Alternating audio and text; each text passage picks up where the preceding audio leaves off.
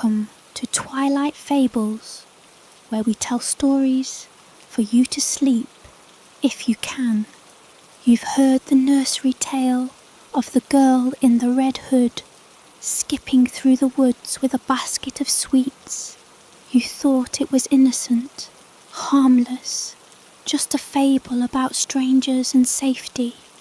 But there are versions of stories older than memory, whispered under breath, scratched into bark, buried beneath moss and thyme. And in these woods, the ones the villagers fear to name after dark, the tale of Red Riding Hood is not a lesson in caution. It is a warning of something far older, far hungrier. Tonight, we follow Ivy, the girl in the red cloak, and what truly waits for her deep in the trees. Hemlock Glen was not the kind of village that appeared on maps. It squatted at the edge of the dagger pine woods like a frightened thought. Rows of soot-faced cottages, hunched roofs, and smoke that never smelled quite like wood. The forest loomed, black-needled and ever watchful, and no one built their homes too close to the trees. Every child in Hemlock Glen was raised on warnings.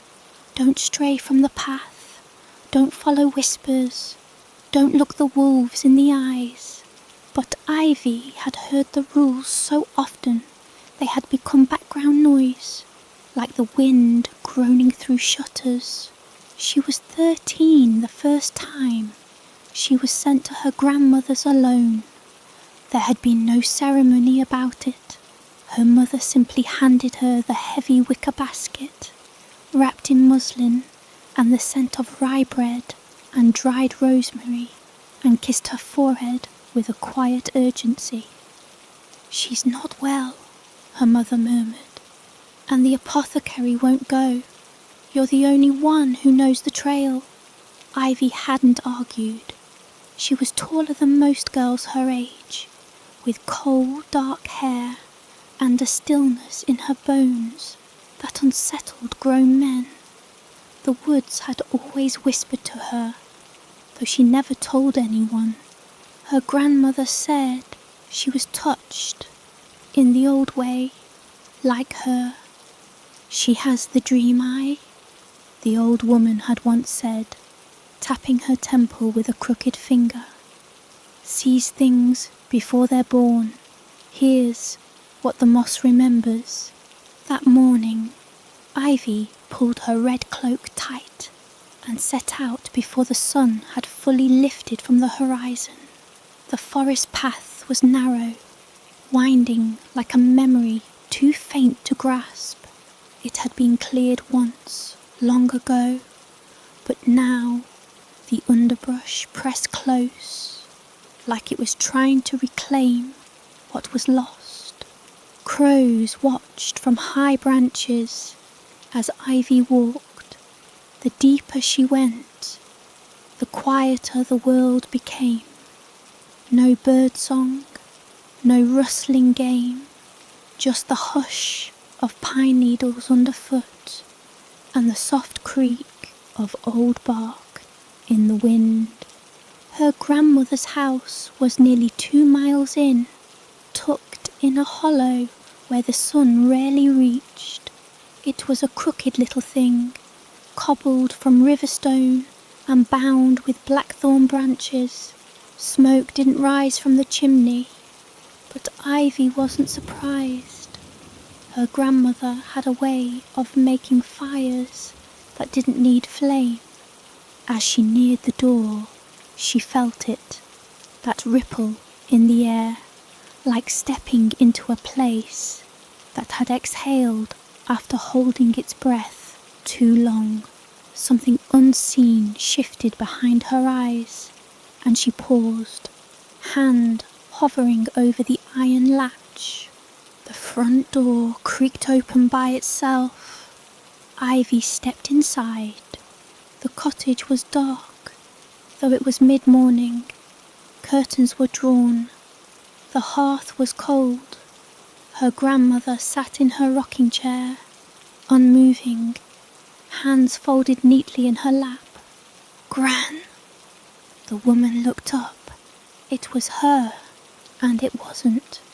Her eyes were darker than Ivy remembered, more black than brown. Her skin looked stretched, too smooth, like parchment soaked in milk. "You've grown," she said, voice dry and thin, "almost taller than me now." Ivy swallowed. "Are you feeling better? Mama said—" "I've been listening," her grandmother said, cutting her off. "The woods talk when the moon is thin. They said you would come." Ivy blinked. "The woods?" Her grandmother tilted her head. "The trees. Remember everything, child. Even the stories men tried to bury." There was something different in the air, charged, as if a storm waited just outside the windows. Ivy set the basket on the table and pulled out the bread and the glass bottle of elderflower cordial, but her grandmother didn't touch them. "Did you see it?" she asked, voice low. "The shape in the trees, the one with the breath like rot, and the eyes that follow." Ivy hesitated. She had felt something, a presence trailing her path, just out of sight. But when she turned, the woods were always still. "I don't know," she said softly. Her grandmother leaned closer. "You will." She stood abruptly, joints cracking, and moved to the cupboard.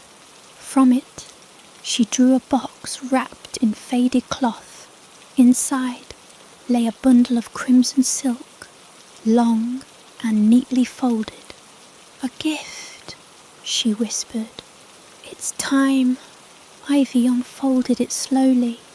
It was a cloak, similar to the one she wore, but older, finer and darker, dyed a deep red like dried blood. Along the hem were stitched symbols she didn't recognize, made from thread spun on the wheel beneath the hill. Her grandmother said, "Blessed by root and river, it will protect you for a time." Ivy ran her fingers along the fabric. It tingled against her skin. "From what?" Her grandmother's gaze sharpened. "From what the stories forgot to mention." There was a knock at the door. 3 slow taps, then silence. Her grandmother turned to stone, her mouth pressed into a tight, colourless line. "Hide!" she hissed. Ivy didn't question it. She darted behind the curtain, beside the hearth, heart hammering, cloak clutched tight. The door creaked open. A shape entered, tall, draped in shadow. It moved like a man, but its steps made no sound. Ivy saw only its outline through the gap in the curtain. "Is she here?" The voice was low and rusted, like metal long buried. "No one's come," her grandmother lied smoothly. "This house holds only the dead and the dying." A pause. Then, "I can smell her. She's gone." Silence stretched until the floorboards groaned. Ivy felt something brush against the curtain. Just a whisper, like a sniff or a breath. Then the door creaked again, and the shape was gone. Her grandmother didn't speak. She just stood there, trembling. When Ivy emerged, her grandmother looked smaller, older, as though a great weight had crushed something inside her. "Who was that?" Her grandmother didn't answer. Instead, she pressed something into Ivy's hand. It was a pendant, a small glass vial sealed with wax, filled with a dark red liquid. Wear it, and don't open it. Not until the forest asks. Ivy nodded, her fingers curling around the vial like it was the last bit of warmth in the room. Outside, the woods were still, but Ivy knew something had changed. Something had begun to wake. The walk home from her grandmother's cottage was not the same. It wasn't just the shadows, though they had grown longer, needle thin and too still. It wasn't the silence either, though even the wind now sounded like breathing. It was the feeling in Ivy's spine, a whispering beneath her skin, a presence behind her eyes that wouldn't blink. She wore the new cloak. The red was deeper than blood and warm to the touch, as though it remembered heat. As she moved, it seemed to hum faintly, like it knew where to lead her. And when she stepped off the main trail, down a forgotten path choked with ferns and roots, she didn't stop it. The pendant at her throat swung gently with each step, cool as river glass. It pulsed faintly, almost like a heartbeat. Ivy didn't remember the woods feeling quite so alive. She passed trees older than the village, gnarled things with bark split like old teeth, moss-streaked and hollow-eyed. She noticed symbols carved into their trunks, half swallowed by time, spirals, eyes, jagged lines that looked like branches or claws. The forest was not empty. She felt it before she heard it, a crunch of leaves behind her. She turned, expecting to find a deer or perhaps a woodsman passing through. Instead, she saw nothing. The trail behind her was empty, but the silence wasn't passive. It was watching. She started walking faster. Then the voice came. "You shouldn't stray." It was a whisper, directly into her right ear, though nothing was near her. Ivy froze. The pendant pulsed harder. The cloak drew tighter against her shoulders. "You shouldn't stray," the voice repeated, softer this time. "She told you the rules." Ivy turned slowly in place. There was no one, but behind her, the trees had changed. The path she had just walked was different now, more crooked, the undergrowth freshly disturbed, as if something had followed her just beneath the ferns. Suddenly, the words came back. Her grandmother's voice, brittle and urgent. "Don't open it, not until the forest asks." Ivy held the vial tight. The trail veered to the right, and she followed, though it felt like it twisted deeper than before. The woods narrowed, trees packed too close. The air grew damp and heavy, and she realized with unease that the moss along the trunks was darkening, fading from green to a slick, reddish brown.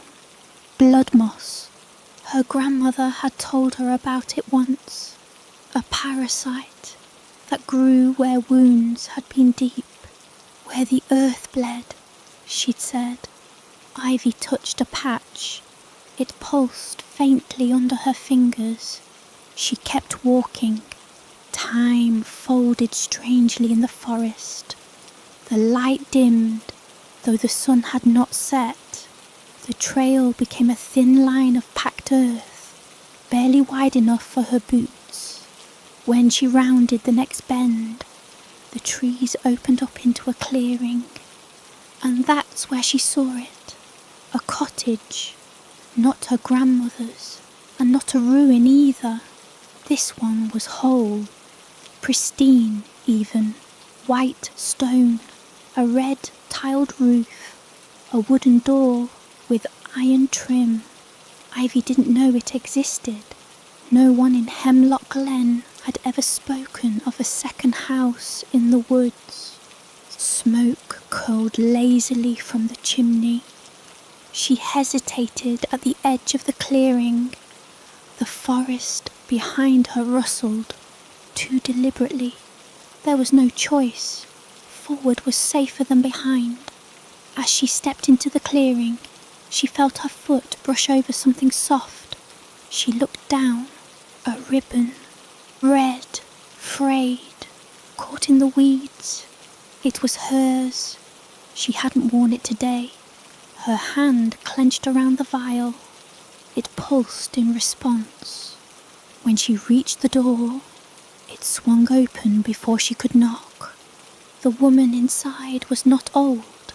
She looked like Ivy's mother might have, had time frozen at 35. Her hair was golden and curled like spun sugar, eyes the same amber shade as tree sap. Her apron was dusted with flour. She smiled as though she'd known Ivy forever. "There you are," she said. "I think you have me confused with someone else," Ivy said quickly. "I'm just passing through." "Oh no, child, you were expected." The woman stepped aside. "Come in. You must be cold." Ivy felt her feet move forward without permission. The house was warm. Soft candlelight flickered on the walls. The smell of spiced bread filled the air, clinging sweet and thick like syrup. There was no sound of a fire, but the hearth glowed. "Sit," the woman said. "You've had a long walk." Ivy sat stiffly. She kept the vial close, resting just above her ribs. "What is this place?" she asked. The woman smiled again. "This is the place between..." "Between what?" "Between who you were and who you will be." Ivy's mouth went dry. "I don't understand." "You don't need to yet." The woman walked to a shelf and pulled down a black iron kettle. She began brewing tea, dried roots, crimson berries, something that shimmered faintly in the steam. "Drink this," she said, placing the cup before Ivy. Ivy stared at it. The steam curled into unfamiliar shapes.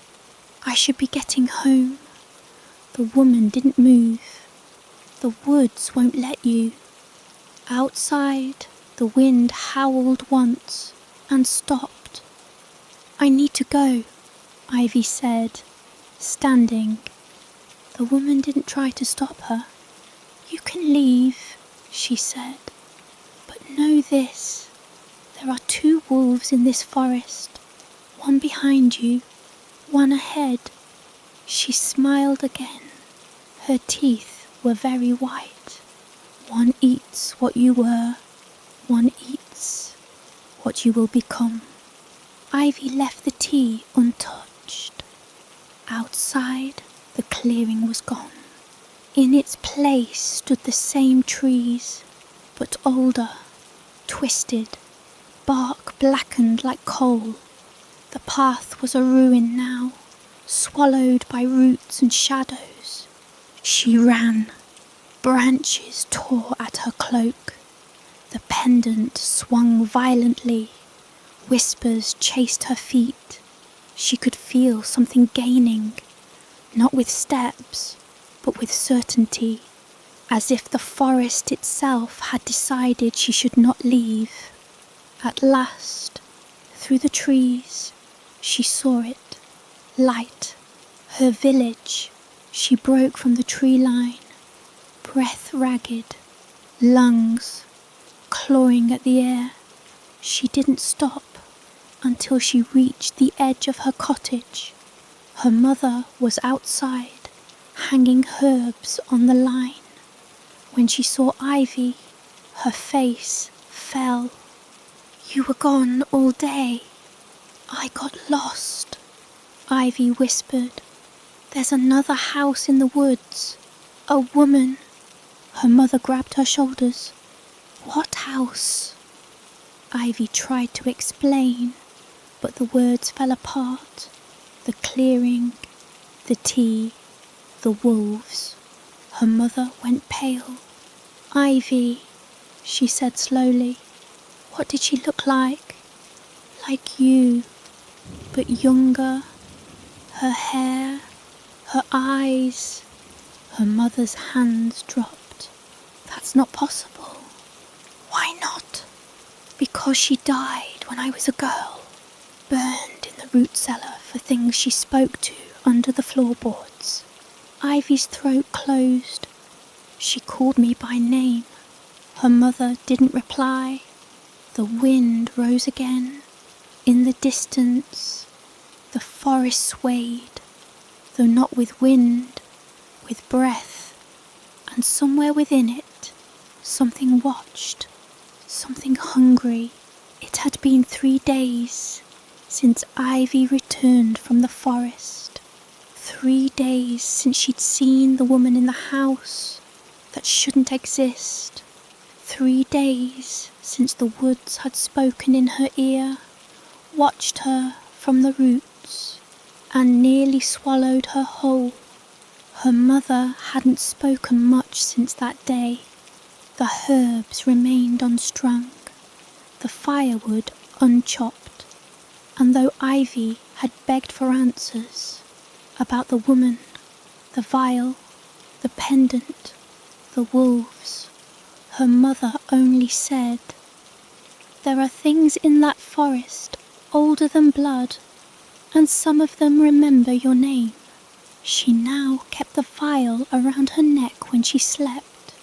The fluid inside had gone still. No more pulse, no more warmth, but she felt it watching her, waiting, maybe. At night, she heard footsteps outside the cottage, just past the tree line, just far enough that no torchlight could reveal them. The villagers of Hemlock Glen whispered too. They watched Ivy now with side glances and muttered prayers. The butcher closed early when she entered. The baker crossed himself. Even the blacksmith's apprentice, who had once offered her a carved comb, now spat beside her boots when she passed. She went off the path, they'd murmur. No one comes back right after that. Only the woodsman, Hale, seemed unchanged. He found her sitting beneath the dead oak near the village's edge, where the leaves never grew and the roots split open like scars. "You shouldn't be out here alone," he said. Ivy didn't turn. "I'm always alone now." Hale sat beside her. His boots creaked. He smelled of pine and iron. The axe at his hip gleamed in the dimming light. "Something followed me back," Ivy said softly. "I know." She looked at him. "You believe me?" Hale's jaw flexed. "My sister wandered too far once, 10 years ago. She never came back." "I'm sorry," Ivy said. "She did come back. That's the thing, but different." He paused. "She was smiling when we found her, just standing in the garden, barefoot. Her hands were covered in soil, like she'd been planting something. But when we asked what she was doing," he trailed off. "She didn't know our names, not even our mothers, just smiled and said, 'She's coming up through the roots now.'" Ivy's skin prickled. What happened to her? She vanished the next night, left her skin on the windowsill like a shed coat. Ivy stared at him. That's not. It is, he said quietly. If something's following you, Ivy, you need to finish what it started. I didn't start anything. You entered the forest, he said. You wore the red. You accepted the gift. That's enough. The vial felt heavier against her chest. What do I do? Hale looked toward the woods. You go back. You find the truth before it comes to find you again. He stood. I'll leave the path open tonight. What path? You'll see it. That night, Ivy packed the cloak and the pendant. She left her window open and waited. At midnight, the forest called. It didn't use words, just a feeling, a pulling behind the ribs, a slow twist in the gut like hunger. She slipped through the darkness and followed the pull, through grass slick with dew, over fences, past sleeping cottages. The woods had changed again. No crickets, no wind, just the hush of breath held too long. And there, carved into the earth between two birch trees, was a new trail, narrow, bare, glowing faintly with what looked like pale spores. She stepped onto it. This time, the trees leaned inward, as though eavesdropping. The path twisted unnaturally, curling in on itself, leading down a slope Ivy didn't remember existing. Then the trees parted. She saw the house again, but it was different. Gone was the pristine white stone. The roof sagged, tiles missing. The door leaned off its hinges. Smoke no longer curled from the chimney, yet candlelight still flickered inside. Ivy stepped toward it, every sense screaming to stop. The air stank of rot and wet ash. When she pushed the door open, the same woman stood inside, but now her face was cracked. Fine hairline fractures stretched from her eyes. Her lips, her golden hair had faded to straw. Her apron was torn, and still she smiled. You came back. I had to. The woman turned toward the hearth. Her movements were wrong, too smooth, like silk over bone.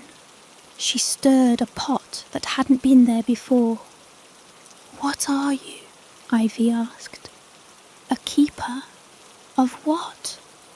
Of bargains. I didn't make a bargain. You wore the cloak, she said. You stepped off the path. You took the pendant. Ivy gritted her teeth. What do you want from me? The woman turned. Her eyes were full of firelight. I want you to choose. Choose what? Who you'll become. The floor creaked behind Ivy. She turned. Another door had opened. Beyond it stretched a corridor of mirrors, dozens of them, tall, full length, and each reflecting a different version of herself.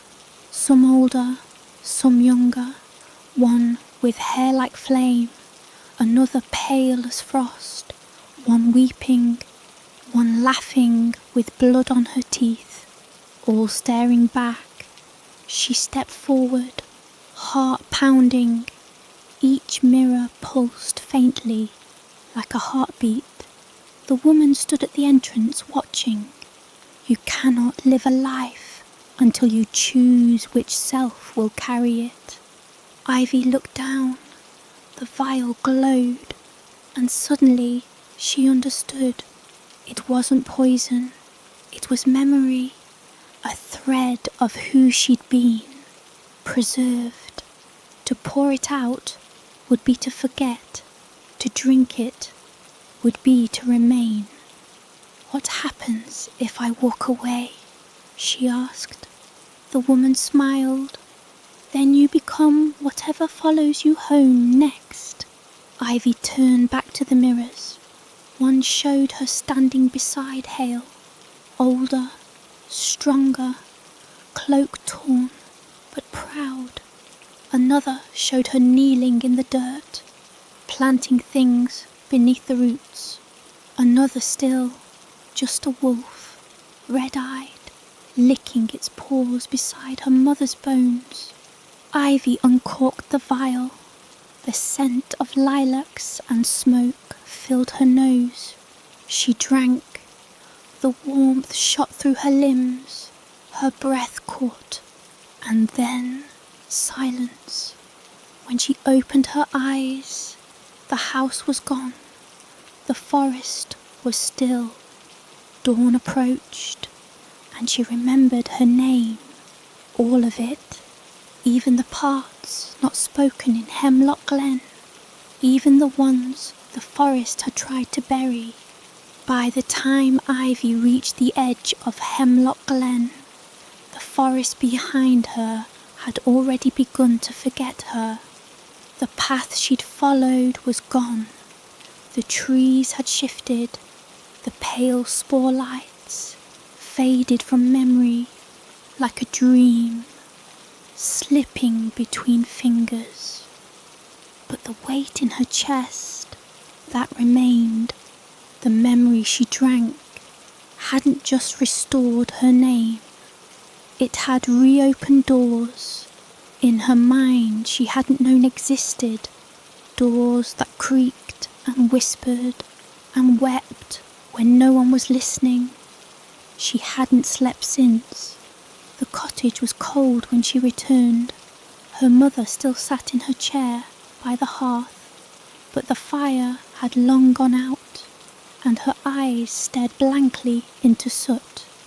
I saw her again, Ivy whispered, kneeling beside her. Her mother blinked once, slowly, as if from a great distance. I remember, Ivy said. I remember what you tried to forget. Her mother's hand trembled. You shouldn't. Ivy held the pendant tight in one hand. The metal had warmed again. It pulsed like a second heartbeat. I saw the mirrors. Her mother looked at her then. And which version of you returned? Ivy didn't answer, not with words, but her eyes had changed. The next morning, something strange happened in the glen. The church bell rang at dawn, once, twice, 3 times, and then it didn't stop. By the time Ivy stepped outside, the air was thick with frost despite the season. A fine dust of snow covered the rooftops, though the sky was clear and blue. No one spoke. They were all looking at the forest. A red trail had appeared, fresh, winding from the village edge deep into the woods. It pulsed faintly, like the old path, but this one was made of torn cloth and something darker, thicker, blood. She's calling, Ivy murmured. A low growl answered her, not from the trees, but from the well behind the church. A child screamed. The butcher's dog fell dead in the road, without a mark on its body. Something had shifted. The village council convened that afternoon in the stone hall. Ivy wasn't invited, but she went anyway. She sat at the back while the elders argued in hushed tones. She's brought it on us, one said. The curse is returning, hissed another. The one we locked away. She was chosen, a third muttered. Maybe she's the only one who can stop it. Ivy stood. You want me to fix this? She said. The room fell silent. We want you to finish what you started, the mayor said. His eyes were sunken, grey with age. Or what your family started generations ago. I didn't start anything, Ivy replied. No, he agreed, but your blood remembers. They gave her 3 things, a basket of dried roots and herbs, a blade carved from moonstone, and a lantern with a flame that never went out. Take the path, they said. Find the heart, burn it, before it wakes the forest's hunger again. Ivy left at dusk. The red trail welcomed her, but it wasn't just cloth and blood anymore. It pulsed beneath her feet, alive. It whispered names she didn't know, and some she did. She passed trees shaped like kneeling women, roots curled like fingers, leaves wept black sap. The deeper she went, the darker it became, even as her lantern burned bright. Then she heard it, the howl, not a wolf, wolves, low and long, harmonizing in some ancient key that stirred something deep in her bones. They weren't near, not yet, but they were waiting, and they remembered her. She found the clearing just before midnight, a circle of standing stones, old and split by moss. At the centre, a well, not made by man, just a jagged hole in the earth, lined with bone and bramble. Something moved inside it, not with force, but with longing. The scent of lilies and blood filled the air. Ivy stepped forward. She dropped one herb bundle into the well. The flame flared. A scream echoed up, not of pain, but recognition. She dropped the second, the third. The roots writhed, the ground trembled. Then the wolves arrived, 12 of them, circling the clearing, each blacker than shadow, eyes burning silver. They didn't growl, they didn't rush, they just watched. Ivy raised the moonstone blade. I'm not yours, she whispered. The largest wolf stepped forward. It bowed its head, and then it spoke, not with lips, not with voice, but inside her. You wore the red, you drank the blood, you claimed the memory. Now you must remember the rest. What rest? She asked aloud. What your mother forgot, what her mother buried, what we were created to guard. The well burst open, roots spilled out, writhing like snakes. A face formed in the centre, not human, not beast, just hunger, given shape. It lunged. The wolves attacked, not Ivy, but the thing. They tore at the roots, their jaws glowing with fire. Ivy ran to the centre, slashing with the blade. Each strike released a memory, not hers, but ancestral. A woman in red, kneeling before a thorned god. A child fed to a tree. A deal struck beneath a blood moon. And then the final bundle. She dropped it in. The fire turned blue. The roots shrieked. The clearing exploded with silence. When Ivy opened her eyes, the wolves were gone. So was the face. Just ash remained, and a single sprig of crimson blossoms curling upward from the well's rim. She took it, turned, and walked home. She didn't speak to anyone for days, but the trail vanished, the howls ceased, the forest grew quiet again. Hale found her on the hill near the dead oak. She handed him the sprig.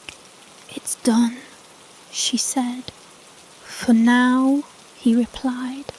They sat in silence, and beneath her breath, Ivy swore she could still hear a heartbeat beneath the soil. Not hers, but something waiting, watching. Hale returned to the village, a changed man. He hadn't spoken much since the woods spat him out. Not that anyone asked questions, not directly. In Hemlock Glen, silence was its own kind of reverence. When someone returned from the forest, alive, and with their eyes still their own, it was considered sacrilege to press. But there were whispers. Of course, there were always whispers. He'd walked barefoot into the village on a rainless day, yet left wet footprints all the way to the chapel door. His shirt was torn, like claws had danced across his chest. His eyes shimmered, not blue, not grey, but something between frost and lightning. Ivy didn't trust him. She wanted to. She remembered how they'd played as children, before the glen grew teeth, before the trees whispered names that weren't theirs. But that boy was gone. This Hale was quieter, sharper. His silence wasn't soft. It was listening. She met him outside the apothecary on the third day after the clearing burned. "You've seen them," she said. He didn't ask who. He simply nodded. "The wolves," he said, voice low, "but not the ones with fur." They walked together through the old village paths, past the broken sundial and the thorn wall, past the pond that hadn't held a reflection in weeks. "They wear skin," he murmured. "Human?" Ivy asked. "No, familiar." He looked at her then. "They wear memory." That night, Ivy couldn't sleep. She sat by the fire, the pendant her mother gave her clenched tight in one hand. The flame inside it had turned from gold to deep violet. It pulsed like a warning. Something was coming, something worse than the wolves. She opened her window. The forest stared back, not just the trees, the shapes between them, tall, still, watching. Not wolves, not quite. She blinked. They were gone. In the morning, the mayor's son was missing.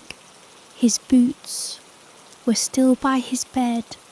His candle had burned out on the windowsill, but there were no tracks, no broken latch, no struggle, just silence and a tuft of fur, coarse and black, caught in the wood grain beneath the sill. The council summoned Ivy. "Whatever you did in the clearing," the baker's wife said, "you brought it back with you." "I didn't bring anything," Ivy answered. "I woke something, but it was already here. They've taken the shape of our dead," an elder muttered. "No," Ivy said. "They've taken the shape of what we remember the dead to be." She looked at Hale, who'd stood quietly in the corner all through the meeting. His head was down, but she saw the tightness in his jaw. She knew that look. He knew something. Afterward, she found him by the edge of the glen. "They don't want the village," he said before she could speak. They want you. Why? Because you remember. He lifted his hand. A mark had begun to spread across his palm. Black veins, branching like roots beneath the skin. They touched me, he said, when I was in the forest, not with claws, with words, thoughts. He looked at her then, eyes wild. They're not beasts, he whispered.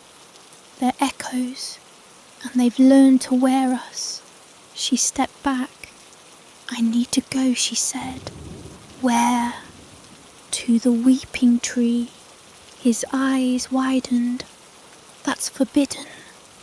So was the clearing, she said, turning. Didn't stop me.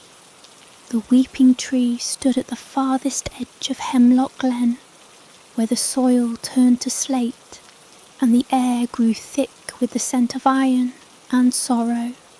No one went there, not anymore, but Ivy had seen it in her dreams, and when she touched the roots at the well, she'd felt its pull, a heartbeat beneath the stone, a memory older than her bloodline.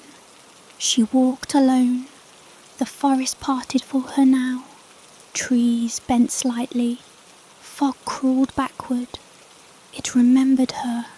The weeping tree was taller than she'd imagined. Its bark was pale and smooth like bone, its branches draped like mourning veils, dripping with red leaves that rustled with no wind. It whispered, Ivy. She froze. It spoke again, not aloud, but through the ground beneath her feet. Ivy, Ivy, Ivy. She stepped closer. Faces bulged beneath the bark. Soft impressions, half-formed. Eyes, mouths, screaming silently. She placed a hand on the trunk. Visions flooded her.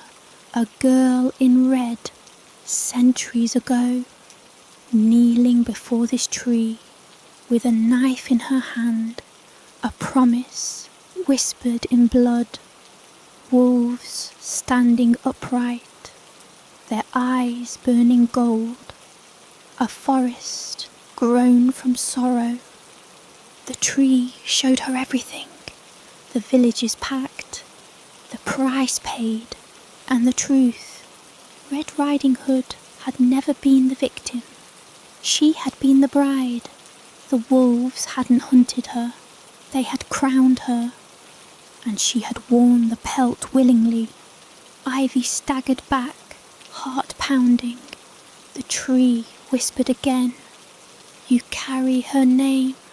No, Ivy gasped. I'm not her. You carry her blood. The ground trembled, roots split the earth, and from the hollow beneath the tree, something rose, not a body, not even a beast, but a shape, cloaked in red, its face hidden by a shadowed hood. Ivy recognized it, not from memory, from dreams. The figure raised its hand, and Ivy's pendant shattered, the flame inside extinguished. The world tilted. She fell. When she woke, she was lying beneath the tree. The figure was gone, but something had been left in her hand. A single red thread, still warm, still alive. She closed her fingers around it, and the tree whispered one final word. Run. The red thread pulsed in Ivy's hand, like a living thing. Not thread, exactly. It was too warm, too soft. It felt like spun sinew, or the silken root of some dark tree. She held it tightly, even as the voice of the weeping tree echoed in her skull. Run! So she did, through the deadfall and moonlight, past stones etched with names she didn't recognise, but somehow knew. The thread in her fist tugged softly, as if guiding her, not back to the village, but elsewhere, somewhere deeper, somewhere older. Behind her, the weeping tree exhaled. The forest breathed with it. Something had awakened. Back in Hemlock Glen, the village was shifting. The sky hadn't darkened, but the sun no longer warmed the earth. The shadows cast by chimneys and trees stretched too long. The colours of the houses looked wrong, like they had been remembered rather than seen. People moved differently now, slower, quieter, faces pinched, words clipped, and eyes, too many of them now, glinted silver in the dark. The mayor's wife didn't speak at the morning gathering. She smiled, but it was the kind of smile Ivy had once seen on a fox with blood in its teeth. Children played in the square, but their laughter echoed as if from far away, like wind whistling through a bone pipe. The wolves were here, not in pelts, not in packs, but in us. Hale felt it first. He watched as neighbours passed each other without blinking. He noticed the absence of birdsong, the stillness of the well water, the way old Mr. Denholm muttered prayers, not in Latin, but in something else, something that curled the ears and soured the air. He paced the chapel like a hound in a cage. He knew something was wrong, but when he looked into the mirror in the vestry, he saw it fully. The reflection didn't match his movements. It was close, mimicking, but slightly off, a heartbeat behind. The smirk was a hair too sharp, the pupils a touch too wide. He shattered it with his hand, glass splintered into his palm, but no blood came, just smoke. He staggered back and laughed because he realised the joke. He was no longer Hale, not entirely. He had brought something back with him from the glen. It rode him like a cloak, sometimes dormant, sometimes steering, and now it was closer to the surface than ever. Ivy, he whispered. He had to find her, but Ivy wasn't in the village. The thread had pulled her deeper into the woods, past trails that no one walked anymore. She found herself at the ruins of an old cottage, the stones long collapsed, moss swallowed and sunken into the earth. Only a single wall remained, with a soot-blackened hearth, carved with a strange rune, a circle of thorns cradling an eye. The thread pulled her forward. She knelt by the hearth. The ash inside was not cold. Something stirred beneath it.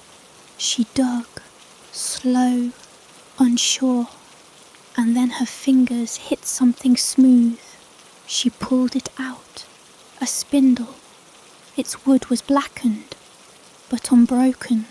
A red thread wound tightly around it, identical to the one she held. She touched the tip.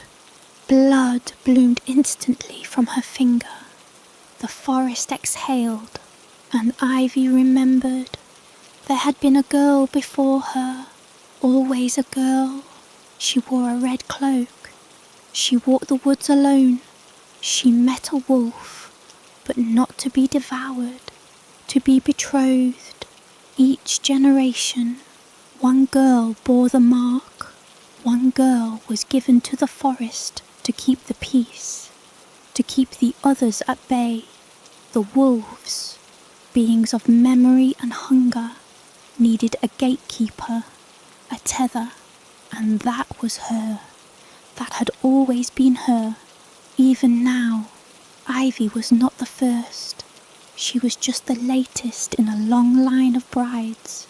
The red thread was the vow, the forest her chapel, and the spindle the consummation.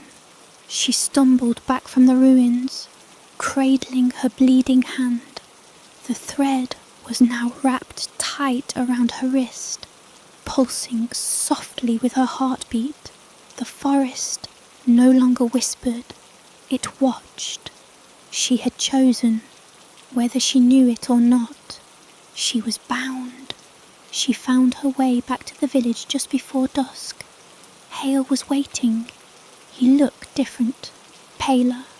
The veins in his neck traced strange patterns, but his eyes were his, for now. "Ivy," he said, "you're bleeding." She held up the thread-wrapped wrist. "Do you remember the stories?" she asked. "The ones about the girl in red?" He nodded slowly.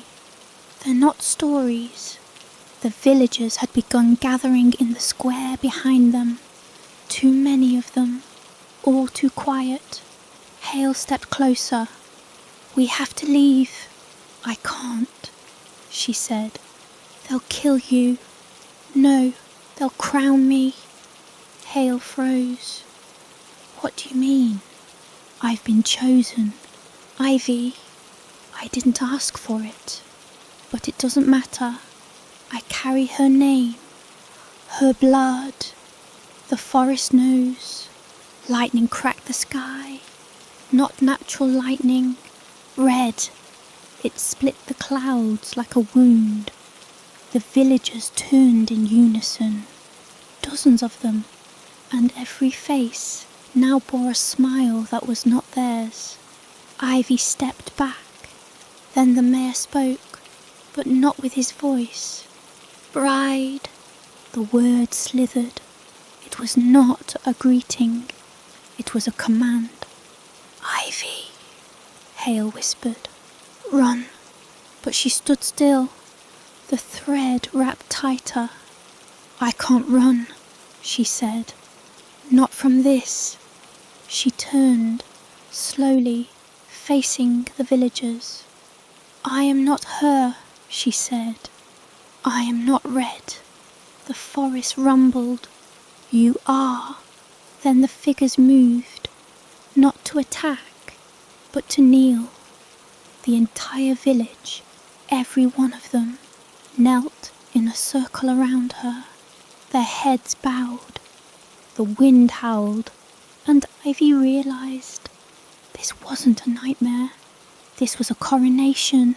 The wolves had returned, and they had come for their queen. The wind died, and for a moment, everything in Hemlock Glen stood still, like the entire village had been drawn onto parchment, with ink too dark to dry. Ivy stood at the centre, ringed by kneeling villagers who whispered in tongues older than breath. Hale watched, frozen beside her, his hand hovering over the small knife at his belt, not because he thought he could fight them, but because he needed something real to hold. The red thread throbbed like a second pulse in Ivy's wrist, and then movement. Not from the villagers, from the trees. The forest, ancient and watching, began to lean inward. Branches arched unnaturally. Bark creaked like bending bone. Leaves no longer rustled. They hissed, whispering secrets in a language Hale could almost understand, but dared not try. Ivy took a step forward. The villagers didn't stop her. Instead, they parted. like a wave breaking for a storm. At the edge of the square stood the old path, the forgotten trail that no longer appeared on maps, the one Ivy's grandmother had forbidden her to walk, the one Hale had once crossed years ago, only to return with half a soul and silver in his eyes. The weeping path, it beckoned now, clearer than it had ever been. Stones glistened like teeth, mist clung to the roots like spider webs, and at the mouth of it, where the trail began to vanish into shadow, stood a figure, a woman, or something shaped like one. She wore red, not a cloak, but a gown of such deep crimson. It looked like fresh muscle, flayed and stitched into fabric. Her face was veiled, but her lips, black as coal, were visible beneath the gauze.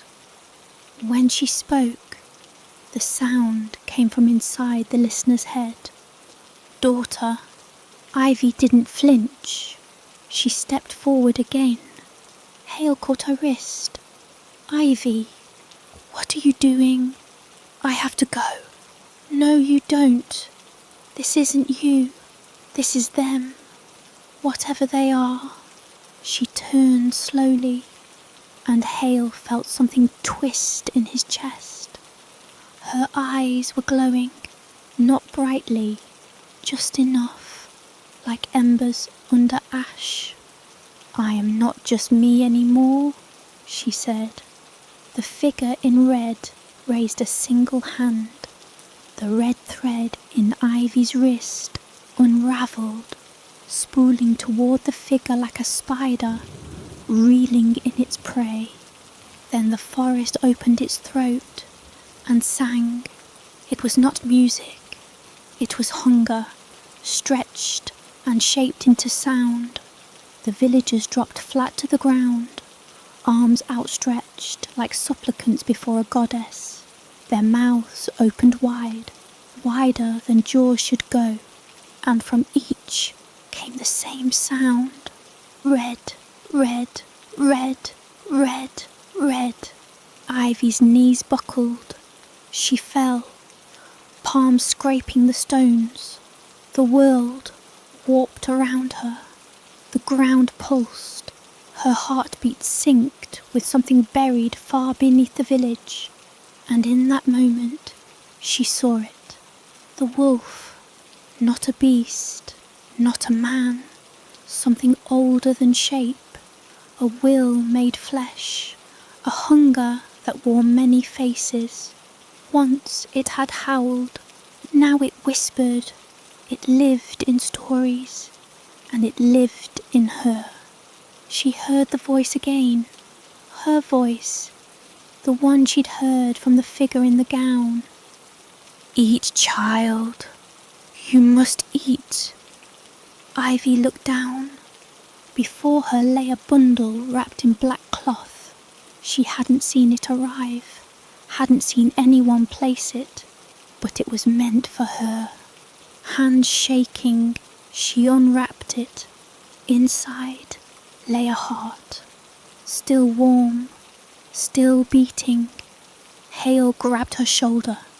"Don't, Ivy, don't." But she was already lifting it, not because she wanted to, because she had to, because the hunger inside her was no longer metaphor. She bit, and the world shattered. She stood in the middle of the forest again, but now the trees were gone, replaced by towering shadows, shaped like antlers and claws. The sky bled, stars wept, the ground below her undulated like skin. Before her stood the woman in red, now unmasked. Her face was Ivy's, but older, sharper, hungrier. "What am I?" Ivy asked. The doppelganger tilted her head. The end of the tale. The end. The one who no longer flees. The one who stops running. The girl who devours back. She stepped forward. The heart in Ivy's hands had turned to ash. She let it fall. What happened to the wolf? The woman's eyes burned. You become it. She awoke on the chapel floor. Blood pooled around her lips. Not her blood. Villagers surrounded her in a circle. Eyes wide. Mouth slack. Hale lay beside her. Unconscious but breathing. The air had changed. So had the light. The village no longer cast shadows. The sun, when it rose, was the colour of dried blood. And in the forest, things walked more openly now. Not men, not wolves, things in between. Ivy stepped outside. She did not feel human. She did not feel afraid. Her reflection in the well water was wrong. Her hair moved though there was no wind. Her eyes shimmered like dew on a blade. The red thread was gone, but its mark remained, burnt into her skin like a brand. From behind, Hale stirred. Ivy, he whispered. She turned. I'm here, she said, but her voice was layered, as if two things had spoken at once. And Hale knew she was not just Ivy anymore. She was red, and the forest would never let her go. The forest no longer whispered, it watched. From the moment Ivy stepped beyond the chapel ruins, she felt the trees pressing in, not physically, but perceptibly, like a breath held too long. The woods had always been old, now they were awake. She walked barefoot through fallen needles and damp moss, her dress tattered at the hem, her skin glowing faintly in the pre-dawn blue. The wind that curled through the glen smelled like rust and roses. Behind her, Hale followed, but he did not walk beside her anymore, not after what he'd seen. He didn't ask questions. He didn't speak her name. He simply trailed her shadow like a man haunted by the shape of someone he used to love. And Ivy, she didn't turn back, because if she did, she feared what he'd see in her eyes, what she saw in them herself. The wolf, or the thing beneath the wolf. It was in her blood now, in her breath, in her name. The villagers had not emerged from the chapel. They'd remained kneeling as if caught in the pause, between prayer and punishment. The sun still rose, but in this part of the world, it blared orange and gold through a sky veined with something wrong. It wasn't just Hemlock Glen. The sickness in the forest was spreading. Ivy could feel it, like a scent only she could smell, and it led deeper, to the place her grandmother had warned her about, the hollow grove, the place where stories went to die. They reached it by nightfall. It had no markings, no signs, just an open mouth of trees that leaned toward one another like lovers about to whisper. A circle of ancient yews, their bark split with time, and their branches blackened like fingers. Ivy stepped over the threshold, and the world changed. It wasn't just quieter here, it was before sound, before shape. The hollow grove was a scar in the world, and stepping into it felt like returning to the wound. Hale's breath hitched. "I've seen this place in dreams," he murmured. Ivy didn't look at him. "You weren't dreaming." In the centre of the grove stood a stone, a standing one, taller than any man, etched with symbols that bled light, the colour of old bone. At its base was a bowl, carved from the same stone, filled with water that reflected nothing. Ivy knelt. The red thread had vanished from her wrist, but its pull had returned. It thrummed through the soil, through the roots. Hale stood at the edge of the grove, his arms crossed tight, his eyes scanning the dark. "There's something wrong with this place. There's something right with it," Ivy said softly. She dipped her fingers into the bowl. The water rippled, then stilled, and in it she saw the first wolf, not in form, but in intent, a creature made from silence and hunger, a thing that had no name, because it was the name, the first to stalk the dark, the first to taste fear, the first to choose girls, because girls were the ones who ran, and running made the meat sweeter. She saw the girl who'd made a pact with it, not to be eaten, but to join it, to wear the red not as warning, but as crown. She was the first red. The others had only inherited echoes, but Ivy, she would be the last, unless... "Ivy," Hale said behind her, "you're shaking." She hadn't noticed.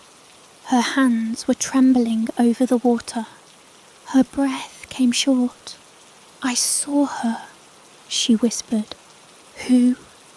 "The first, the one who made the deal. She's still here, or part of her is." She looked up. "The spindle tree." "What?" "There's a tree somewhere in these woods, hollowed out, twisted like bone. They say it grew from a girl's grave, but it didn't. It grew from her will. That's where she's buried." She stood, dizzy. "I have to find it." Hale stepped forward. "Ivy, we've come far enough. Let's go back. We can go to the coast. Get away from all of this. We don't need to understand it. We just need to survive it." She looked at him with something like pity.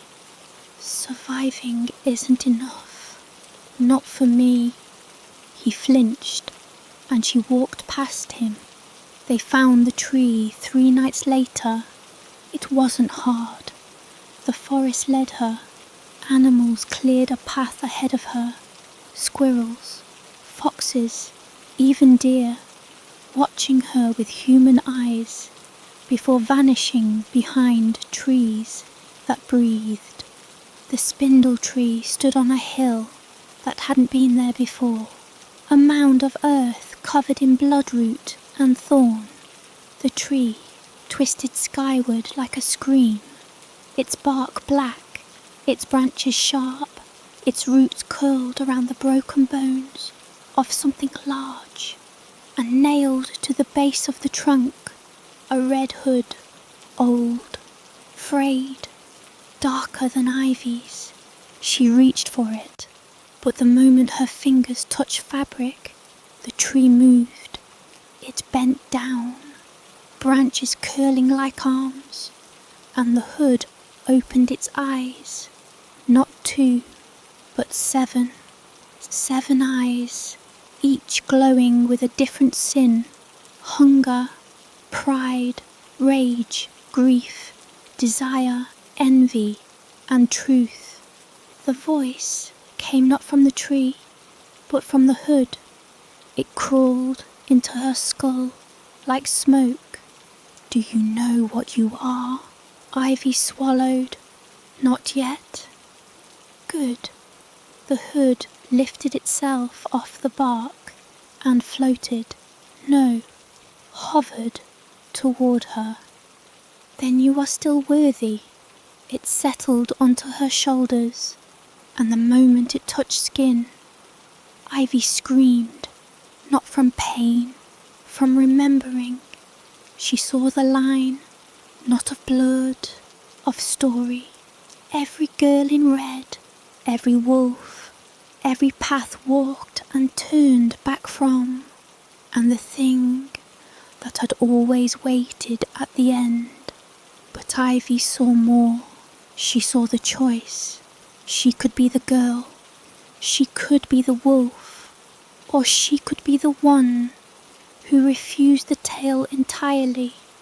The one who wrote her own ending.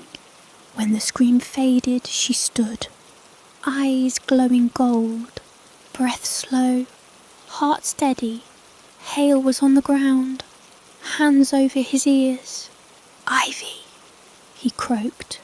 She helped him up. "It's not over," she said. "Then what happens now?"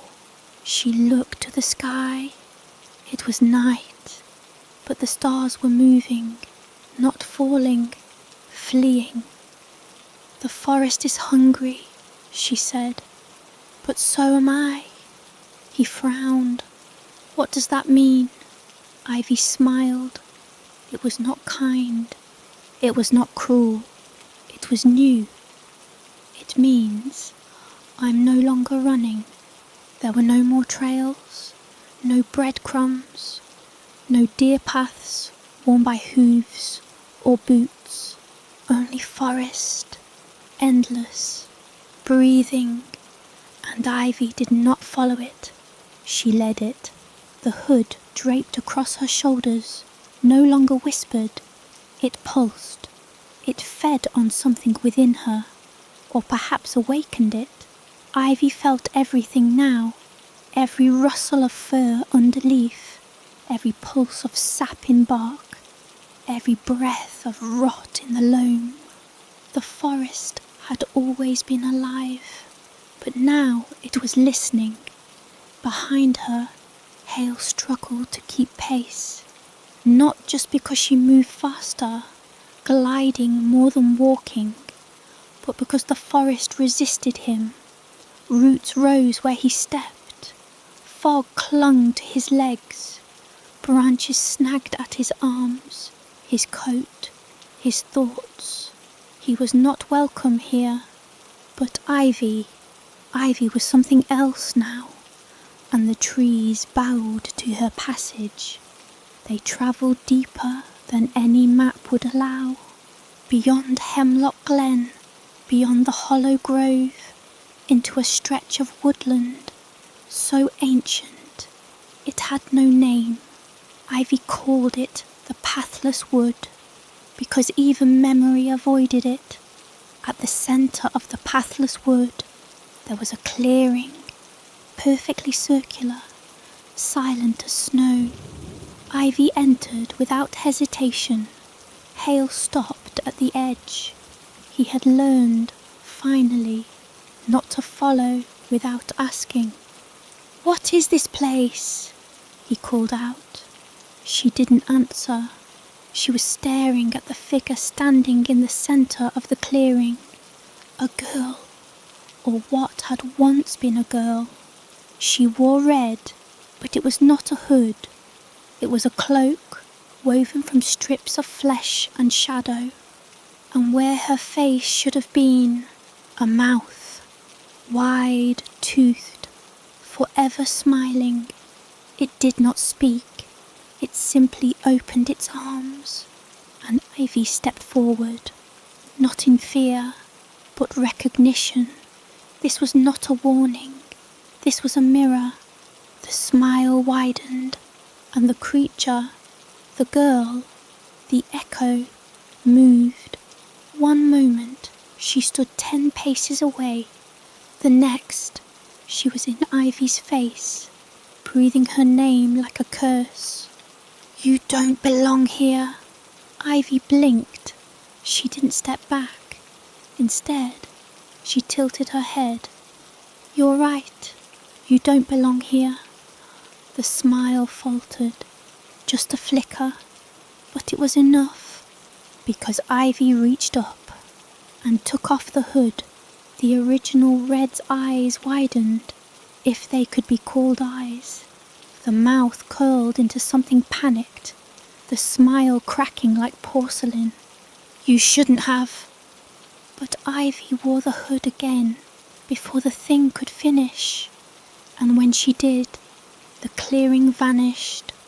They stood now in a place without trees, without ground, without light, only echo. The pathless wood had opened the way, and Ivy had stepped through the story's throat, because this was the truth. There was never just one Red Riding Hood. There was never just one wolf.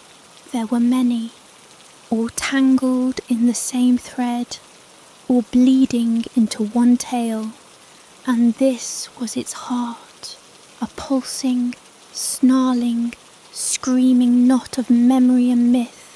Around her, shapes emerged, girls with hoods, some weeping, some laughing, some holding hands with wolves, some devouring them. All of them watched Ivy. She was not the first, but she was the last. She was the one who would decide whether the tale ended in teeth or truth. "Why me?" she whispered, and the forest answered, "Because you asked." Behind her, Hale fell to his knees. He saw none of this. To him, Ivy simply stood there, still and strange, and lit from within. Her shadow was gone. In its place, antlers, the shape of something once hunted, now hunter. "I don't want to be a monster," Ivy whispered to the void. The voices replied, in 100 versions of her own voice. "Then don't be. Be something worse. Be a girl with her own ending." And so she reached into her chest, not with hand, but with will, and tore out the thread, the red one, the one that had been winding through her blood, her breath, her story. She held it up. It shimmered, it trembled, and she snapped it in half. The forest screamed. When the wind died, Ivy opened her eyes. She was back in the clearing, but it was different now. The trees stood still. The animals had returned, but they bowed their heads, and the red who had challenged her, gone. Only ash where she had stood, the hood around Ivy's shoulders, black now, soft, unburdened. The story was broken, and she was free. Hale approached slowly. "I thought I lost you," he said.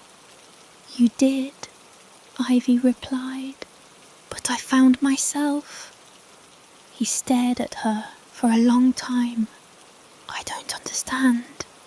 "You don't have to," she said gently, and took his hand. "We're going home." But as they walked through the quiet forest, Hale turned to her and asked, "Where is home now?" Ivy looked at the trees, then up at the sky, and smiled. "Anywhere they don't write the ending for me."